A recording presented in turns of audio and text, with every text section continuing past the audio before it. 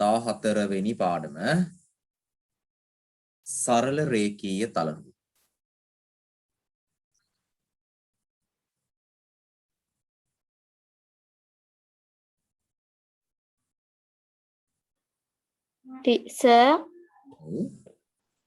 Sir මට මේ ඉංග්‍රීසි ඉස්කෝලේ ඉංග්‍රීසි පන්ති තිබිලා දැන් මම ලොග් වුණේ සර්. ඔව්. ඉගෙන නෑ පුතේ නෑ. නෑ මෙතන දැන් ඉඳන් සර්. ඔව් මේ පටන් ගන්නවා විතරයි. හා සර්. සර් මට අද ඉස්කෝලේ ක්ලාස් එකක් තියෙනවා. ඔක්කොම වගේම රවුන්ඩ් ගන්න කිව්වා හින්දා අයිති.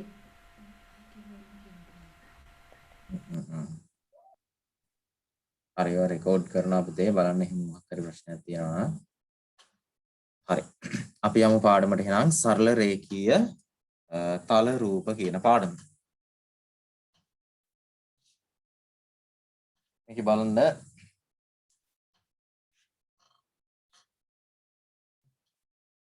6 වසරෙත් ඔයාලා ඉගෙන ගත්ත සරල රේඛීය තල රූප කියලා එකක්. මතකද මේ තල රූප කියලා ඉගෙන ගත්තා. සරල රේඛා, වක්‍ර රේඛා නේ ඔහොමම එක එක වර්ග ටිකක් අපි ඉගෙන ගත්තා. තල රූපයක් කියන්නේ මොකක්ද? හරි. අද අපි කතා කරමු බහුවස්ත්‍ර ගැන. මේ තල රූප කියන පාඩම යටතේ හැබැයි සරල රේඛීය, ඒ කියන්නේ සරල රේඛා විතරයි මේක තියෙන්නේ. බහුවස්ත්‍ර ගැන අපි කතා කරමු. අනුමාත්‍රිකාව ලියා ගන්න පුතේ මේක යටතේ. බහුවස්ත්‍ර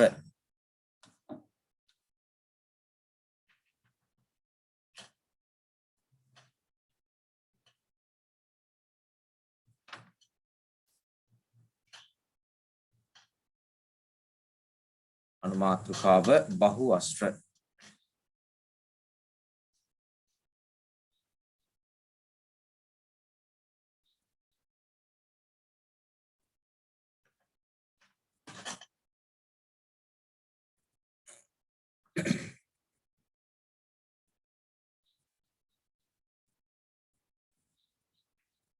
හරි.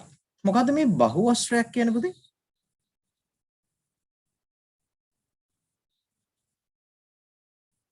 බහුවස්ත්‍රයක් කියන්නේ බාහුව ගොඩක් එකතු වෙනවා. බාහුව ගොඩක් එකතු වෙලා. ඔව්. ඒකත් හොඳයි. මේවා සංවෘත වෙන්න ඕනද විවෘත වෙන්න ඕනද? බහුවස්ත්‍රය.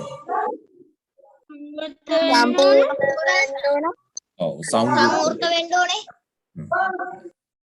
සංවෘත වෙන්න ඕන අනිවාර්යෙන් බහුවස්ත්‍රය. එතකොට පුතේ මේ බහුවස්ත්‍රයක් කියලා කියන්නේ බාහු ගොඩක්ම කියන්නත් ඕනේ නැහැ. සර් තුනක් හෝ තුනක් හෝ ඊට වැඩි වැඩි. බාහු තුනක් සර් ඊට වඩා වැඩි ප්‍රමාණයක් එකතු වෙලා හැදෙන රූපවලට අපි කියනවා බහුවස්ත්‍ර කියලා. නේද? හරි. තරු ලකුණක් දාලා අපි මේක සර් ලියාගෙන ඉන්න. සර් මට 4 පන්තියක්. හරි පුතේ ඒක බලලා සම්බන්ධ වෙන්නකෝ. එක්ස්කියුස් මී සර් මට 4 පන්තියක් මා ලිව් වෙනවා 4. හරි හරි. සර් රෙකෝඩින් එක දානවනේ සර්. ඔව් පුතේ ඔව්. තරු ලකුණක් දාලා ලියා ගන්න. සරල රේඛා ඛණ්ඩ තුනක් හෝ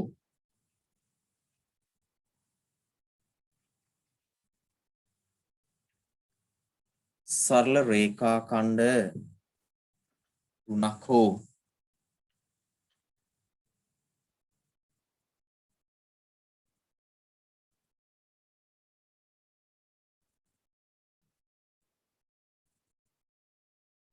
ලියාගත්ත සර්. ඊට වැඩි ගණනක් ඊට වැඩි ගණනක්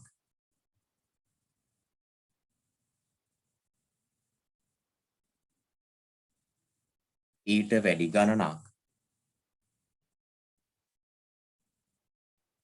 වැඩි ගණනකින් කියලා දාමු පුතේ. වැඩි ගණනකින්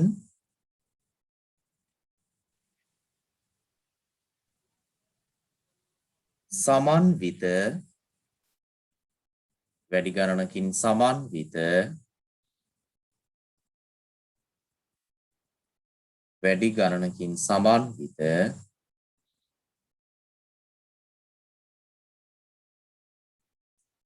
සංවෘත ඔන්න ඔය ලක්ෂණ වැදගත් පුතේ සංවෘත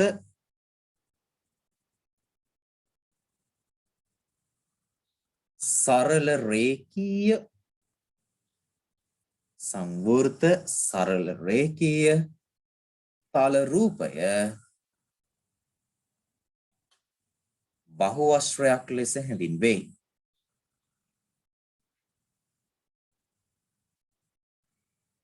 බහුවශ්‍රයක් ලෙස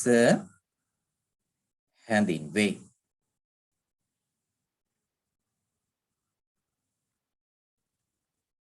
බහුවශ්‍රයක් ලෙස හැඳින්වේ. අපි බහුවශ්‍ර දෙක තුනක් ඇඳගමු. උඩාම එක තමයි අපි අඳින ත්‍රිකෝණයනේ. ඒකත් බහුවශ්‍රයක්. පාද තුනක්නේ. රූප දෙකක් විතර අඳින දෙකක් තුනක්.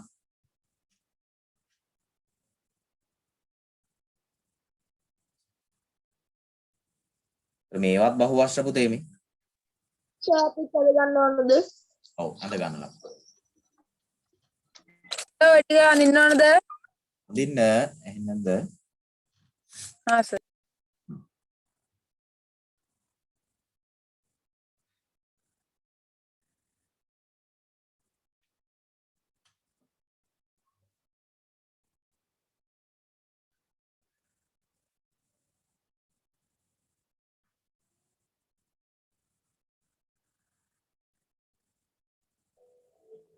So අටික ඇඳ ගන්නද?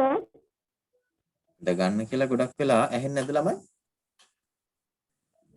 ඒක අහනවානේ. ඇහෙන්නේ නැද්ද? ඇහෙනවා සර්.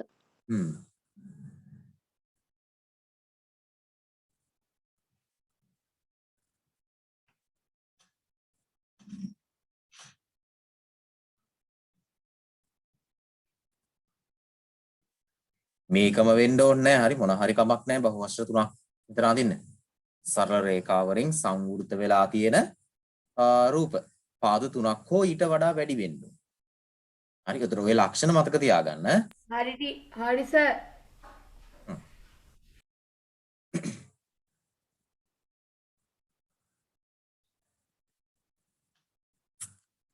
සර් ඇඳලා ඉවරයි.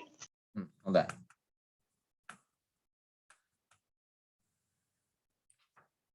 right. පුතේ මතක තියාගන්න මේ ඕනෑම බහුවශ්‍රයක පාද සහ කෝණ තියෙනවනේ නේද? ඒතර බහුවශ්‍රයක පාද ගණනට කෝණ ගණන සමාන වෙන්න ඕන ළමයි. හරි? ඕනෑම බහුවශ්‍රයක පාද ගණන හා කෝණ ගණන සමානයි. ඒතර පාද 3යි නම් දැන් ත්‍රිකෝණය ගැන හිතන්න මේ. ඒතර පාද 3ක් තියෙනවා. ඒතර පාද 3යි නම් මෙයාගේ කෝණක් තියෙන්නේ 3යි. මේ බලන්න පාද 4ක් තියෙනවා. ඒතර පාද 4ක් තියෙනවා නම් කෝණත් 4යි. ඒතර පාද 5ක් තිබ්බොත් කෝණත් 5යි තියෙන්නේ. හරිනේ? ඒතර බහුවශ්‍රයක පාද ගණන හා කෝණ ගණන සමාන වෙනවා කියන එක මතක තියාගන්න.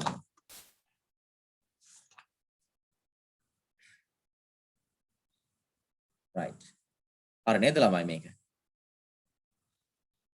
හරි සර්. හරි සර්. කවුරුත්? right.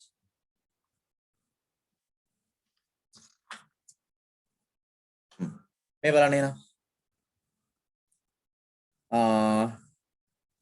මම මෙන්න මෙහෙම පොඩි වගුවක් අහන්නම්. අපි මේක පොඩ්ඩක් සම්පූර්ණ කරගමු.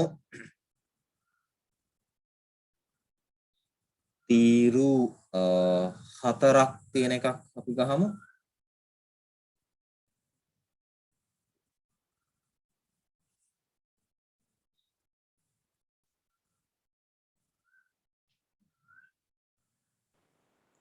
සර් ස්ක්‍රීන් එක පේන්නේ නැහනේ. ඒක පුතේ අර ඔයාලගේ සිග්නල් මොකක් හරි ගැටලුවකින් තමයි වෙන්නේ මේ. බලන්න හරියයි ටික වෙලාවකින් එහෙම වෙද්දී. තියෙනවා සර්. හ්ම්.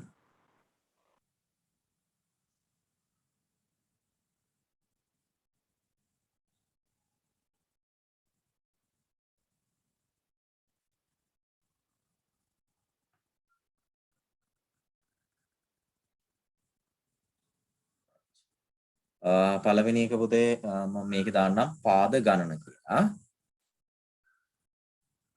හරි. පාද ගණන. දෙවෙනි එක බහුවස්ත්‍රයේ නම. හරි. බහුවස්ත්‍රයේ නම. ඊළඟ එක කෝණ සංඛ්‍යාව. අනිත් එක කිව්වේ පුතේ මේ ශීර්ෂ කියන්නේ මුළු කියන එක නේද? ශීර්ෂ සංඛ්‍යාව.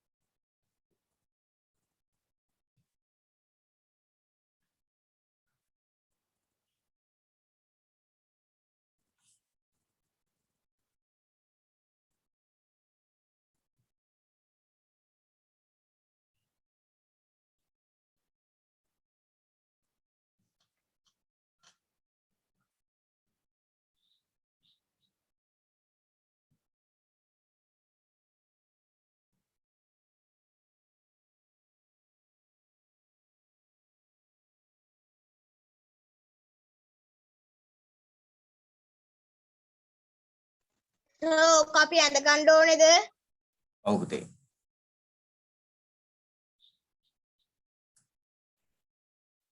හරි බලන්න මේක ඇඳෙන ගමන් අහගන්න. පාද 3ක් තියෙන කෙනාට කියන නම මොකක්ද? බහුවස්ත්‍රයේ නම? ත්‍රිකෝණය. ත්‍රිකෝණය. good. මේකේ නම මම ලිව්වා. පාද 4ක් ඉන්න කෙනා? චතුරස්‍රය. සම චතුරස්‍රය නෙමෙයි පුතේ. සම චතුරස්‍රය කියලා කියන්නේ චතුරස්‍ර වර්ගයක්. ඍජු කෝණාශ්‍රය, සම චතුරස්‍රය වල 6 වසර ඉගෙන ගත්තා. චතුරස්‍ර වර්ග කීයද? 5ක් ඉගෙන ගත්තා. සම චතුරස්‍රය, ඍජු කෝණාශ්‍රය, රොම්බසය, සමාන්තරාශ්‍රය, ත්‍රපීසියම. මේ කියන චතුරස්‍ර මේ ඒ හතරමනේ පහම චතුරස්‍ර වෙන්නේ. ඒතර පොදුවේ ඔය පහටම කියන නම තමයි චතුරස්‍රය. පාද 4යි නම් චතුරස්‍ර. ඒ චතුරස්‍ර වර්ග පහ 6 වසරේ වල ඉගෙන ගත්තී. චතුරස්‍රය. පාද 5ක් පංචාශ්‍රය.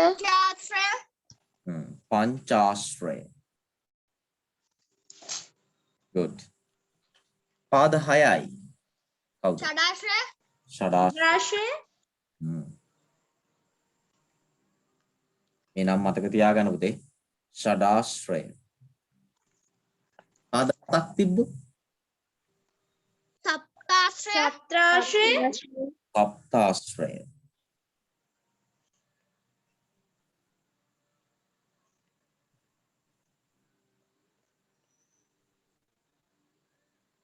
පාද 8යි. අෂ්ටාශ්‍රය. ටිකක් කියවන්න අමාරුනේ. අෂ්ටාශ්‍රය. අෂ්ටාශ්‍රය. පාද 9යි. නවාශ්‍රය. නවාශ්‍රය පුතේ. හරිද? නවාශ්‍රය.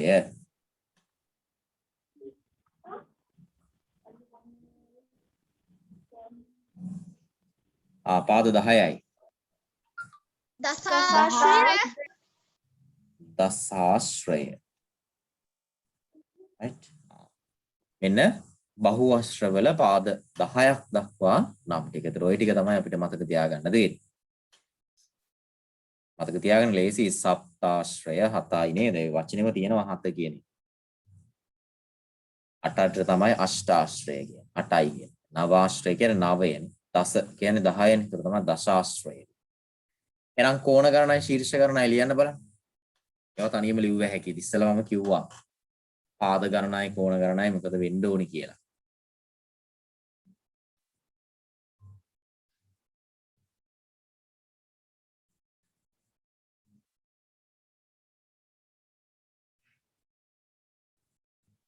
ලිව්වා සර්.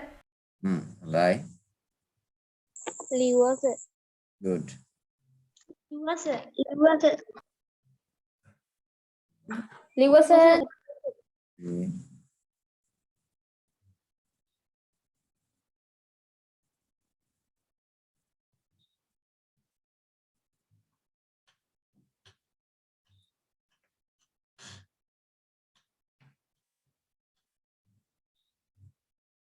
ලිව්වා සර්.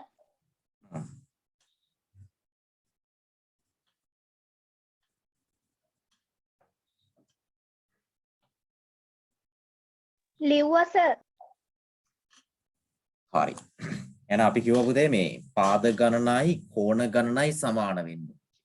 ඒතර ඒ කෝණ ගණනටම ශීර්ෂ ගණනත් සමාන වෙන්න. පාද ගණනයි කෝණ ගණනයි සමානයි මේ කෝණ ගණනට ශීර්ෂ ගණනත් සමානයි පුතේ. එහෙනම් පාද 3යි නම් කෝණත් 3යි. ඒතර ශීර්ෂත් 3යිනේ.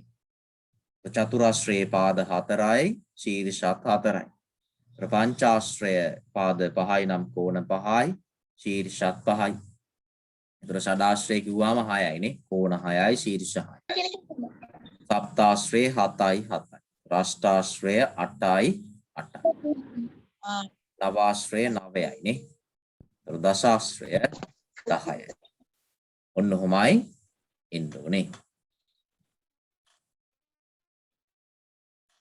right. මතක තියාගන්න. පාදයි කෝණයි සමානයි කියන එක. දැන් පුතේ මේ චතුරස්‍ර මේ ප්‍රධාන වශයෙන් චතුරස්‍රය බහුවස්‍ර ප්‍රධාන වශයෙන් කොටස් දෙකකට වෙන් කරන්න පුළුවන්. බහුවස්‍රය. ප්‍රධාන සහ අවතල බහුවස්ත්‍ර. අන්න right. උත්තල බහුවස්‍ර සහ අවතල බහුවස්‍ර කියලා. එන අනුමාත්‍රිකාව ලියා ගන්න පුතේ ඔක යටතේ උත්තල බහුවස්‍ර සහ උත්තල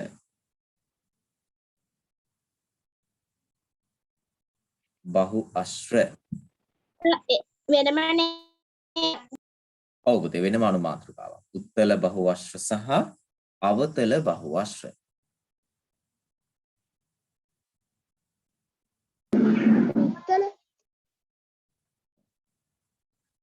උත්තල බහුවස්‍ර සහ අවතල බහුවස්‍ර.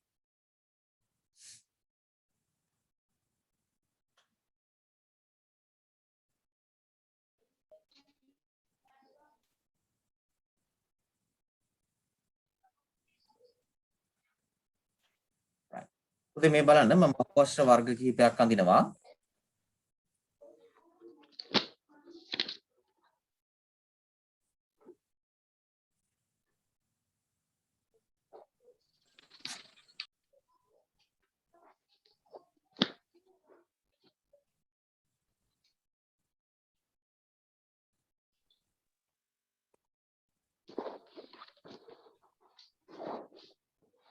ඔය රූප අඳින්නවනේද? ඉන්න පුතේ අඳින්න එපා තාම කවුරු. ඉන්න මම කියන්න. හරි. මෙන්න මම බහුවස්‍ර ටිකක් යන්දා. තවත් ටිකක් අඳිනවා පුතේ මම මේ පැත්තෙන්. බලන්න මේ අතර වෙනසක් තියෙනවද කියලා.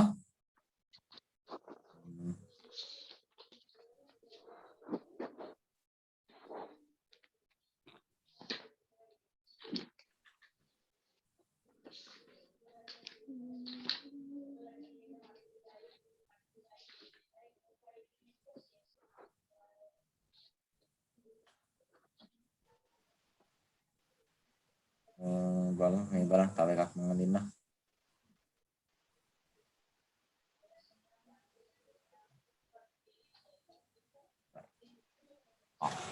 මේ බලන්න මේ පළවෙනියට බහුවස්‍ර සහ මේ දෙවෙනියට ඇඳපු බහුවස්‍ර තුන මේ දෙක අතර වෙනසක් තියනවද? මොකක් හරි පැහැදිලිව බලන්න පුළුවන්.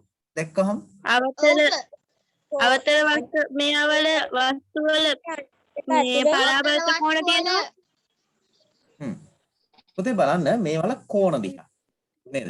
හොඳයි. කෝණ දිහා තමයි බලන්න ඕනේ. මේ ඇඳපු කලින් තුනේ අපි මෙන්න මේ අභ්‍යන්තර කෝණ කියලා කියනවා. මේ ඇතුලේ තියෙන මෙන්න මේ ශීර්ෂ වලින් හැදෙන කෝණ තුන මේවට අපි කියනවා අභ්‍යන්තර කෝණ. මෙතන කෝණ තුනක් තියෙනවා නේ. මෙතනක් තියෙනවා කෝණ 6ක්.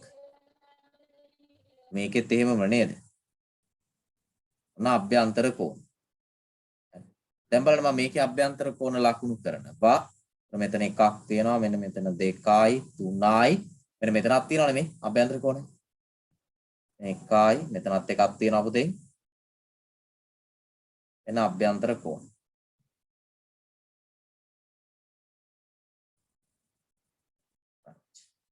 බලන්න මම අර කලින් ඇඳපු බහුවස්ත්‍රවල අභ්‍යන්තර කෝණ එක්කෝ සුළු කෝණ එහෙම නැත්නම් මහා කෝණ වෙන්න පුළුවන් නැත්නම් ඍජු කෝණ වෙන්නත් පුළුවන්. හරි සුළු කෝණ මහා කෝණ ඍජු කෝණ තුනෙන් එකක් වෙන්න පුළුවන් මෙන්න මේවා. හැබැයි පුතේ මෙතන තියෙනවා එක විශේෂ කෝණ වර්ගයක්. පරාවර්ත කෝණ good. මෙන්න මෙතන තියෙනවා මේ. ඔව් මේ බලන්න පුතේ නේද? පරාවර්ත කෝණයක් අපිට දක්වන්න ලැබෙනවා. මෙතනක් තියෙනවා. මෙතනක් තියෙනවා මේ පරාවර්ත කෝණයක්. එතකොට මේ මෙහෙම පරාවර්ත කෝණ තියෙද්දි පුතේ අපි ඒවට කියනවා අවතල බහුවස්ත්‍ර කියලා. යම් බහුවස්ත්‍රයක අභ්‍යන්තර කෝණයක් පරාවර්ත කෝණයක් වෙනවා නම් එකක් හරි. ඒවා අපි හඳුන්වනවා අවතල බහුවස්ත්‍ර කියලා. එතකොට පුතේ පරාවර්ත කෝණේ එන්නේ නැත්නම් එකක්වත් නැහැ පරාවර්ත කෝණ. ඒවට තමයි අපි කියන්නේ උත්තල බහුවස්ත්‍ර කියලා. හරි? එහෙනම් අපි මුලින්ම පුතේ උත්තල බහුවස්ත්‍ර කියලා ලියලා මේ උත්තල බහුවස්ත්‍ර තුන විතරක් අඳින්න. අවතල ඒවා අඳින්න එපා. මේවා අඳින්න එපා. මේ උත්තල තුන විතරයි අඳින්න කිව්වා.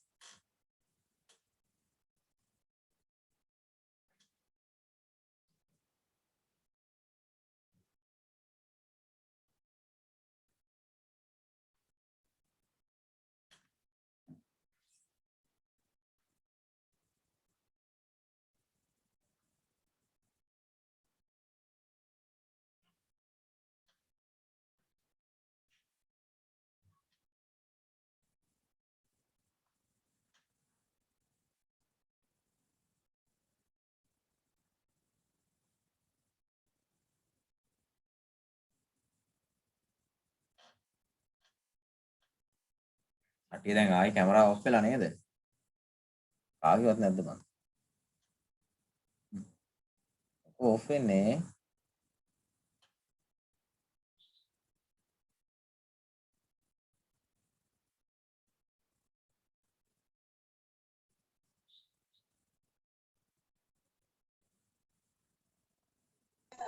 හරි සර්. හරි. ළමයි කෝණ ටික ලකුණු කරලා පෙන්නන්න හරි. මේ කෝණ රවුන්ඩ් වක්‍රය ඇඳලා පෙන්නන්න.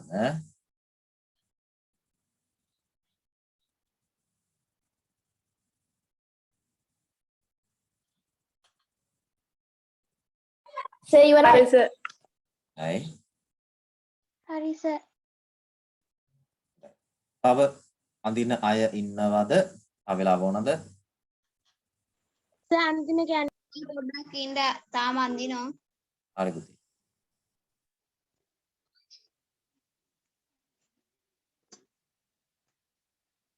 ඇඳලා ඉවරයි සර්.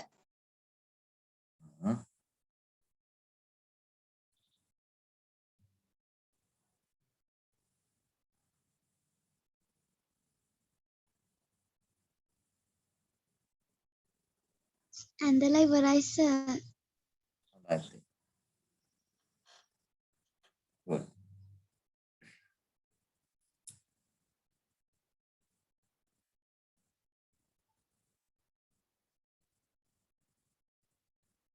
හරි. එහෙනම් හරි නේද? තරු ලකුණක් දාලා පුතේ. මෙහෙම ලියාගමු යටි. මේක පාඩම් කරගන්න හරි මතක තියාගන්න අනිවාර්යෙන්. තියාගන්න. බහුවස්ත්‍රයක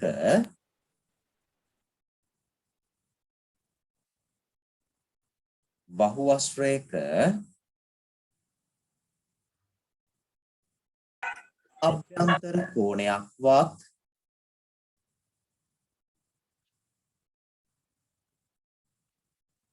එක් අභ්‍යන්තර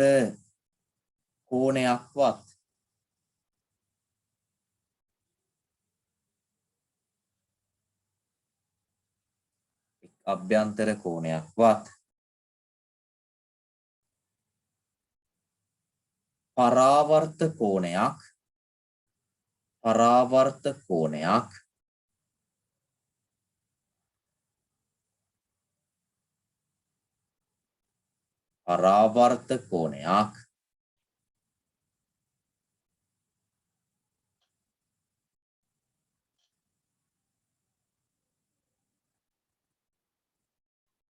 නොවේ නම්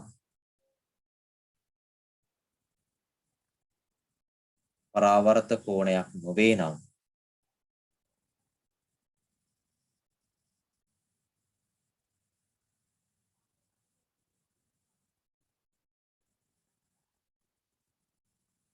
එය උත්තල බහුවස්ත්‍රයකි.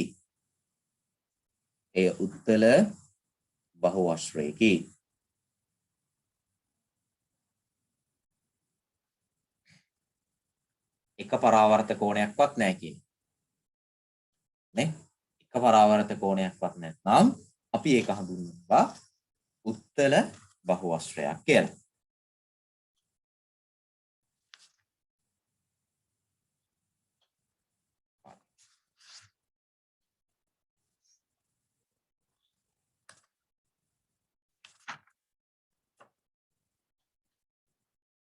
හරිද ළමයි? හරි සර්.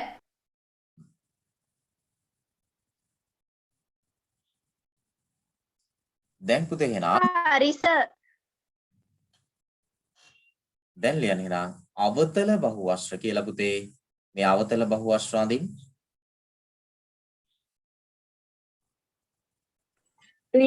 අදරි ගොඩයි සර් ටික. ඒකත් යන්නද? කලින් ඇඳලා වගේ. ඔව් සර්. හරි අනිත් අය අඳින්න. මේ අවතල බහුවස්ත්‍රයේ මේ කෝණය අර පරාවර්ත කෝණය පුතේ වෙනම මාක් කරලා පෙන්නන්න. හරි. පාට පෑනකින් හරි ඒක highlight කරලා පෙන්නන්න.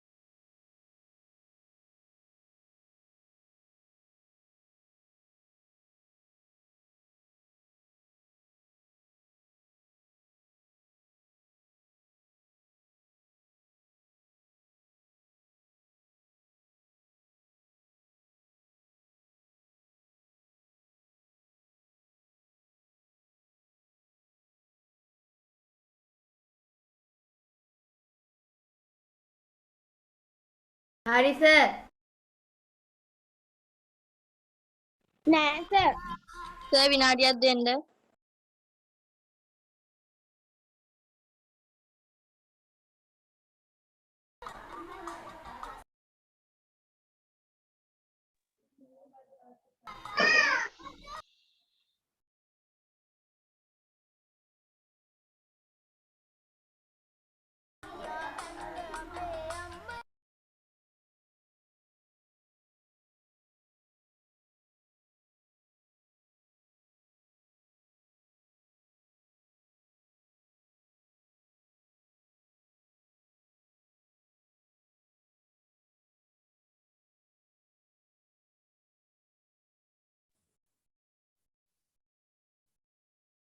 හරිද ළමයි? හරිද? හරි සර්.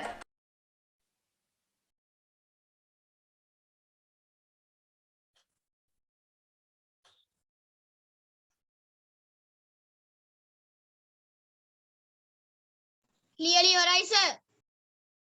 right. හරි සර්. හරි. එහෙනම් තරු ලකුණක් දාලා ලියාගමු පුතේ. හරි නේද? වෙලාව ඕනනම් කියන්න. වල සද්ද නැති ඉඳන් මම ලියන්න ගන්නේ. සර් කියන්නකෝ. යන්නකෝ.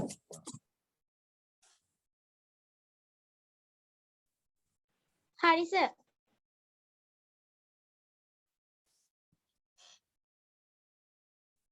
තරු ලකුණක් දාලා ලියාගමු නේ.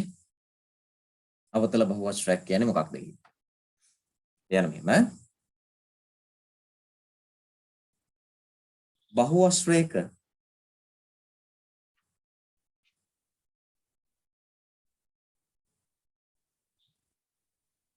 බහුවචනයක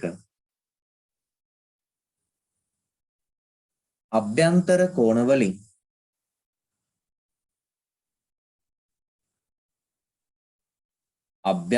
කෝණ වලින්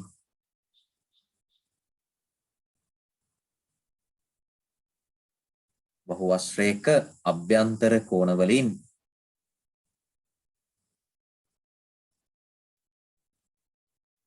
එක කෝණයක් හෝ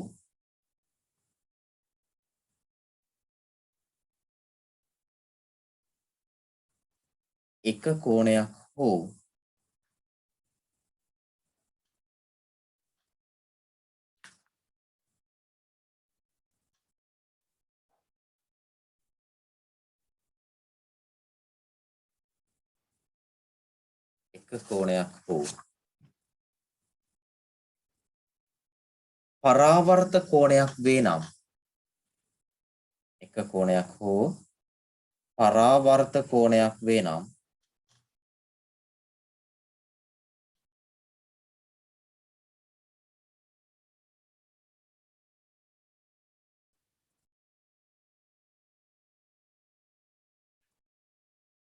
එය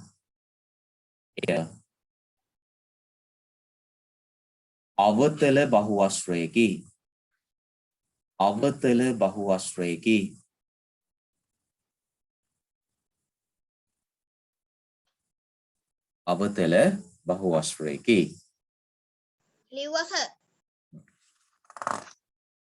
අවිනාඩියකින් හරි. එව්වා සර්. ආයි ලොග් වෙන්න.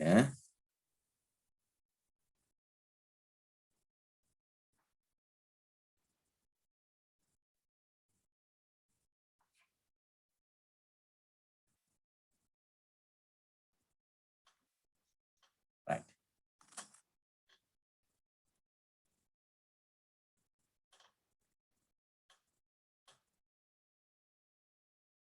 හරි නේද එහෙනම්? අනුමාත්‍රිකාව ලියා ගන්න ළමයි. දැන් උත්තර අවතර බහුවචන කෙනෙක් හරි